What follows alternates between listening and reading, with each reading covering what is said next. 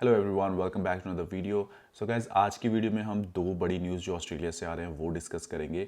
And जो उसमें से फर्स्ट न्यूज़ है that was kind of expected, and मैंने आपको बताया था कि कैबिनेट की मीटिंग हुई थी एंड उसमें यही डिसीजन लिया गया कि 15 मई तक, नेक्स्ट मंथ तक, जो इंडिया के साथ फ्लाइट्स हैं, passenger flights, they will be close, so nobody can come in. So जो ये न्यूज़ है हम इसके बारे में ज़्यादा डिस्कस नहीं करेंगे because it was kind of expected.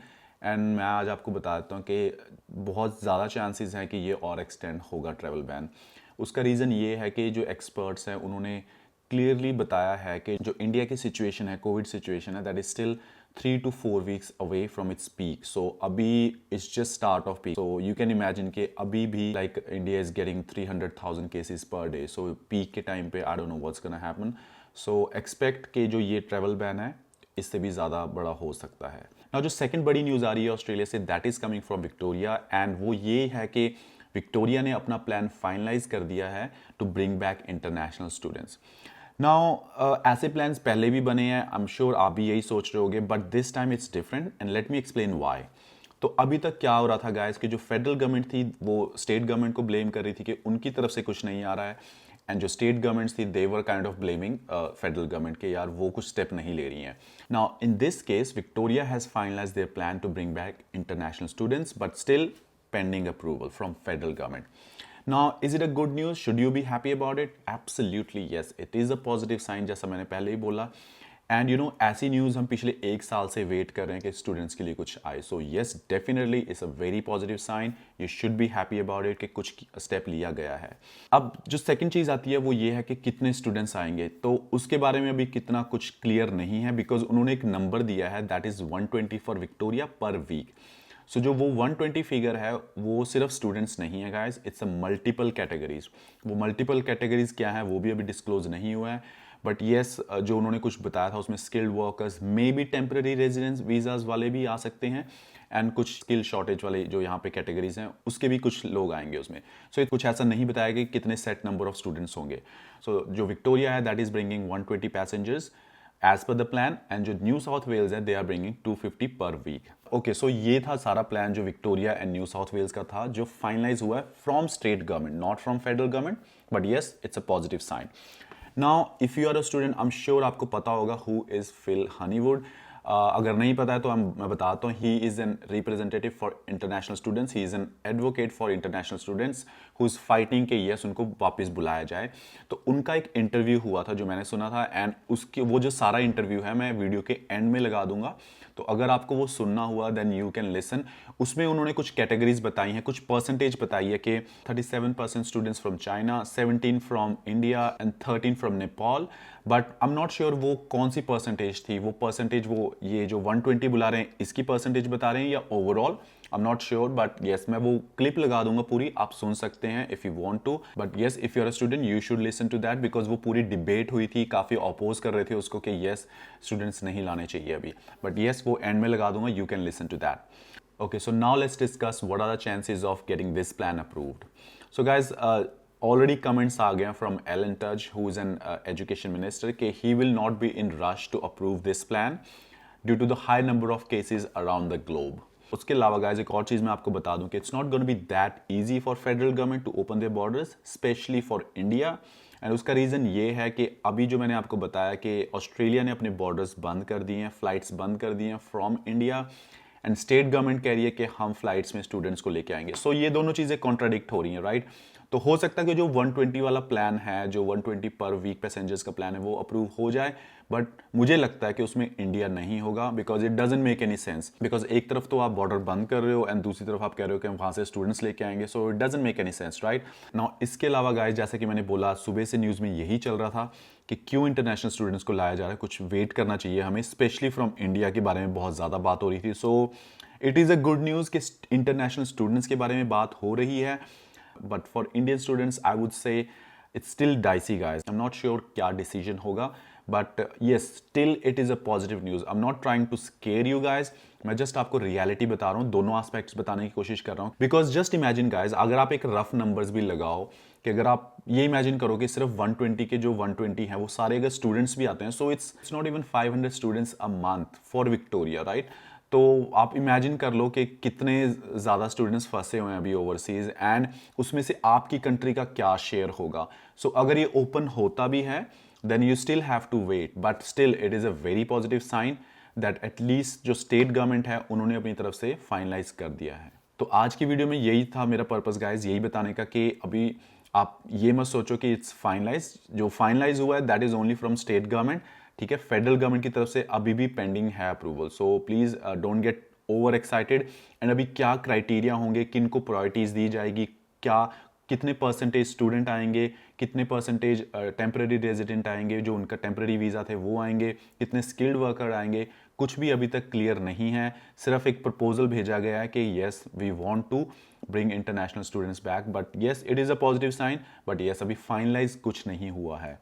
तो जैसा कि मैंने बोला, मैं एंड में आपको वो क्लिप लगा दूंगा जो इंटरव्यू हुआ था फिल हनीवुड के साथ. I am pretty sure that will be helpful. And that's all for today guys. I hope थोड़े बहुत डाउट्स क्लियर हुए होंगे, बिकॉज बहुत ज़्यादा रूमर्स आ रहे थे, लोग काफ़ी ज़्यादा एक्साइटेड हो गए थे कि येस स्टूडेंट्स जाने वाले हैं. But please it is a good news जैसा कि मैंने बोला, बट अभी भी पेंडिंग अप्रूवल है. It's still a long way, it's not gonna be that easy road. तो that's all for today guys. जैसे ही मुझे कुछ अपडेट मिलती है I will update you guys, and please do subscribe. Thank you very much for watching and I see you in the next video. Till then take care. Bring back international students. The acting Premier James Merlino has written to the Prime Minister saying it will happen. The only way it can't happen is if the Prime Minister refuses visas or the federal government refuses visas. We're chasing answers on that for the federal from the federal government. It's also interesting. Not all domestic students, not all Australian students living in this country, Australian citizens, are back on campus yet, and yet the state government wants to bring in 120 students a week on top of the existing arrivals cap of 1,000 a week. New arrivals. They'd have to pay more than the going rate for hotel quarantine because it's all about money. On the line, Chief Executive of the International Education Association of Australia, Phil Honeywood. Good morning. Good morning, Neil. Do you think the feds will knock it on the head or will it get through? I think the feds will let it go through, provided our state government has ticked all the boxes, and that's a big if. So whilst I'm happy to congratulate the Victorian government finally moving on this, given that Canada, UK, USA are taking international students by the plane load as we speak, it's good that they've made a move. However, 120 a week is not just international students. If you read the letter, of course, it includes skilled workers, it includes entertainers. So it's really a drop in the ocean. New South Wales are going to bring in 250 international students per week. New South Wales, of course, have proven the model. They've brought in 57,000 returning Australians since October last year. We've brought in barely 10,000, so it's good news, Neil. But we're in a special position, though. We are almost unique around the world in terms of the virus having been effectively eradicated from the community.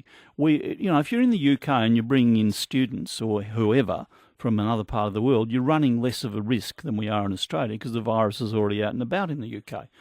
Isn't there argument that Australia should protect its own state of survival from the virus and say, why bring anybody in? We're talking about Victoria's biggest industry now. Yeah, but that's money. That's money. No, it's also jobs. There's 240,000 Australians who work in international education-related industries. You walk through the CBD of Melbourne, Sydney, Brisbane, and you've got all these empty small businesses. You're talking about the importance of supporting small businesses. We've got literally thousands of small businesses. So what? How does bringing these people in help small business? They go and buy coffee and food and things? Well, Neil, according to the Australian Bureau of Statistics, not my figures, $40 billion a year comes into the Australian economy from international students. But where does it go? Where does it go? Does it go to the universities or does it go to the coffee shops? No, and that's the great misconception. According to the ABS, 60% goes on living expenses, so rents have all come down in Melbourne, which is a good thing for domestics, but of course, if you're a landlord, rents have fallen through the floor because we can't get international students into the accommodation. And so 60% goes on entertainment, food, living costs, only 40% goes on tuition fee. So how many do we need to start getting that sort of money? I mean, how many are actually wanting to come into the country and can't? Well, they're desperate because you've got 4-year medical... Well, you've got... I want to be in Australia too rather than anywhere else in the world. Well, they're desperate to finish their world-class qualification. So I've got Canadian mothers phoning me on a weekly basis saying, look, they've paid hundreds of thousands of dollars for their Canadian son or daughter to do a dental degree or a medical degree in Australia, and they're 1 year out from getting that qualification. And without getting their field work in Australia, they can't get qualified. So families have invested hundreds of thousands of dollars. We're not talking about just Indian students or Chinese students. We're talking about world-class universities here in Australia that But hang on, you mean these people. You mean Indian and Chinese students wouldn't be allowed? Well, it comes down, of course, to at the moment we're not going to take many Indian flights, as we've heard. Well, it hasn't been banned, haven't been stopped yet. But you're not saying that these people will be allowed in based on what country they came from, are you? No, it'd be based on their COVID checks. So it's obviously going to be based on... So we would have Indian and Chinese and French and British and Brazilian, heaven forbid. They're our top market. I'm just using examples of I've got people contacting me saying we're 4 years into a 5-year dental degree, 4 years into a 5-year medical degree, and we can't get back to your country to get that qualification. Where do most of the international students come from? Which countries? 35% from China, 17% from India, 14% from Nepal, and we've got Latin Americans as well, Brazil and Colombia in our top 10 markets. So you've got to accept it's a risk. I mean, there's no reason to trust the state government to run it properly on their history. And you've just named some of the hot spots around the world. Well, obviously, they're not going to be allowed to come in unless they've been totally COVID checked before they arrive, and they're going to be put straight into quarantine for 2 weeks and tested right throughout. Now, where Victoria's proposal, Neil, is different to the other states is that the letter I've read indicates hotel quarantine. However, New South Wales are going to use purpose-built student accommodation. In the case of South Australia, they're looking at a facility like a quarantine facility at Adelaide Airport. So other state governments are looking at non-hotel quarantine.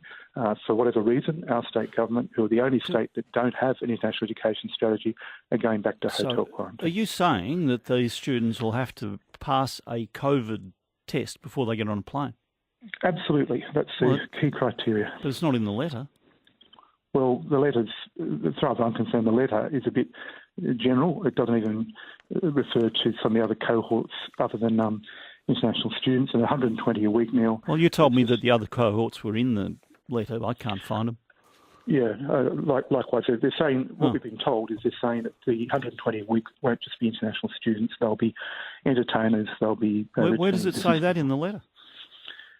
It's what we've been told, by the government. The government's told you, and they're not telling us yet, the government's told you it'll be students and others, and they're also telling you they'll have to pass a COVID test before they get on a plane, which is not the situation now. Well, at the moment, the other state government proposals all require a COVID test. Yeah, but Victoria doesn't. I was talking to Jerome Weimer about it yesterday. Well, Victoria should. I agree they should, but if they told you they will, for any international students or any of these other groups coming here, they will do a COVID test before they get on the plane. That's what we've been told by Victorian government sources, and the federal government will require that anyway. It's just part of the normal protocols that you would require before. So Northern Territory have already brought 70 international students back. Each one of them had to have a COVID test before they hopped on the plane. Okay. Are we putting money ahead of health? We're putting both equity and money because at the end of the day, as I said, you've got a lot of young people who've invested a fortune over many years' study and they can't get their qualification without returning here. So if we give preference... but they could do it next year. I mean, plenty of kids here who haven't finished their qualifications for similar reasons. They've been already waiting for 2 years. So these are students who are meant to come back here in February last year. By the end of this year, they've lost 2 full academic years. Which is awful, but there's a bloody pandemic underway. Well, their life's been totally on hold. At least everybody's life's been on hold for a period of time. I mean, I agree. I feel for them, and it'd be an awful situation, but everybody's life has been on hold. Lives have been ruined. Lives have been lost. And these young people see themselves as being resilient, and provided they meet all the COVID checks, of course, they're voting with their feet. They've been going by the plane load into UK, into Canada, and into America. Joe Biden is now offering fast-track American citizenship. Yeah, but once again, he's got the virus in the country. We haven't, thank God. Okay, so look, we'll pull up the drawbridge. We'll go to Fortress Australia. Yeah, maybe. We'll ignore 240,000 Australian jobs that work in this industry. The hundreds of millions of dollars have been invested in student apartments, that have been invested in small businesses that rely totally on international education. And at least the tourism industry, who seem to get a lot of dollars thrown at them, can rely on domestic tourists who can't travel overseas, but we rely totally on international students. And just look, Bill, quite separate from that. For generations, we've been training the future leaders of countries in our region. So you go into an Indonesian cabinet meeting or a Malaysian cabinet meeting, and a third of those cabinet ministers have been educated in Australia. If we let other countries like China take up the education of our neighbouring countries' future leaders in science, in business, in academia, then of course, what sort of country are we? We're giving these young people democratic values in an open society, in a multicultural situation, and we're giving them world-class skills that will build their countries in the future. That's what it's all about. That's why I'm in the industry. Okay, fair enough. And the percentages again, you said 17% from India? 17%. And what's China? 35%. And what was the next highest, Nepal or Brazil? What was Brazil? Nepal at 14%, and then Brazil, Colombia, and Malaysia and Indonesia. And the rest. Okay, thank you very much for your time. Phil Honeywood, Chief Executive of the International Education Association, representing the students